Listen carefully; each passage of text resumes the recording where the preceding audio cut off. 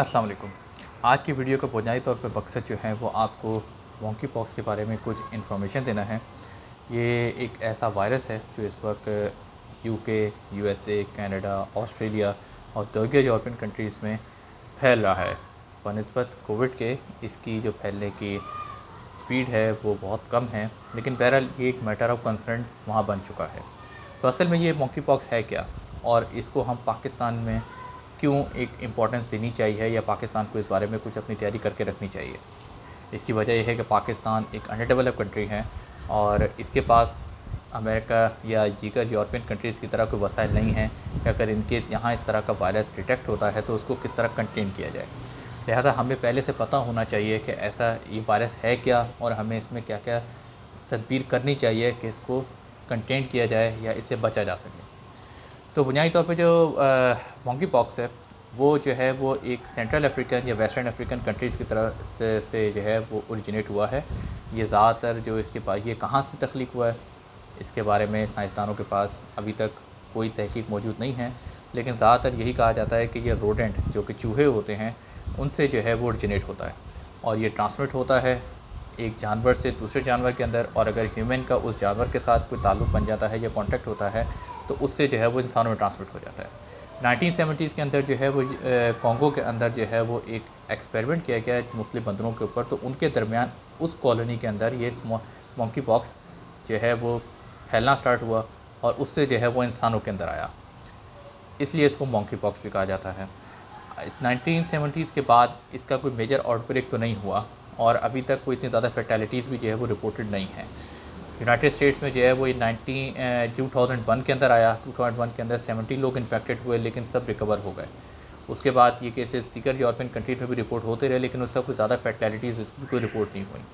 अभी भी करंटली जितने लोगों को ये इन्फेक्ट किया है उसमें भी 1:10 का रेशियो है कि अगर एक आदमी जिसको इन्फेक्टेड है वो जो है वो ज़्यादा से ज़्यादा एक आदमी को ही इन्फेक्ट कर सकता है।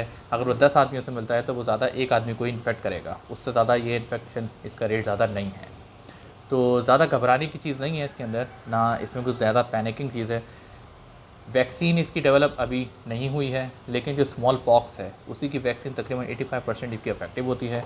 और इसके अलावा जो है वो एंटीबैक्टीरियल जो दवाएँ होती हैं वो भी जो है वो इस पर कारगर साबित होती हैं। इसके जो बुनियादी सिम्टम्स होते हैं, एक तो ये होता है कि आपको जो है बुखार हो जाता है, सर दर्द हो जाता है, जिस्म में दर्द पैदा होने लग जाता है और जगह जगह आपकी जो है वो जिसे आप कहते हैं कि फोड़े से निकल आते हैं, और वो फोड़े जो है वो आपके पूरे जिस चेहरे से स्टार्ट होते हैं और पूरे जिस्म के अंदर फैल जाते हैं, रैशेस डेवलप हो जाते हैं। तो ये बज़ाहिर तो थोड़ा सा एक तकलीफ़ दे अमल होता है, लेकिन ये ज़्यादा डेडली नहीं होता और ज़्यादा से ज़्यादा ये 5 से लेकर 21 रोज़ तक जो है वो ये इन्फेक्शन रहता है। उसके बाद ये ख़ुद ब खुद ही ख़त्म हो जाता है और अगर बहुत ज़्यादा सीवियर हो तो उस सूरत में भी जो है वो दवाओं के ज़रिए से इसका इलाज मुमकिन है। तो बाकी दीगर चूँकि यूरोपियन कंट्रीज़ इसके ऊपर बहुत ज़्यादा जो है वो अभी थोड़ा सा कंसर्न इसके ऊपर शो कर रहे हैं, वो उसे नेशनल आउटब्रेक किसी सूरत करार नहीं दे रहे।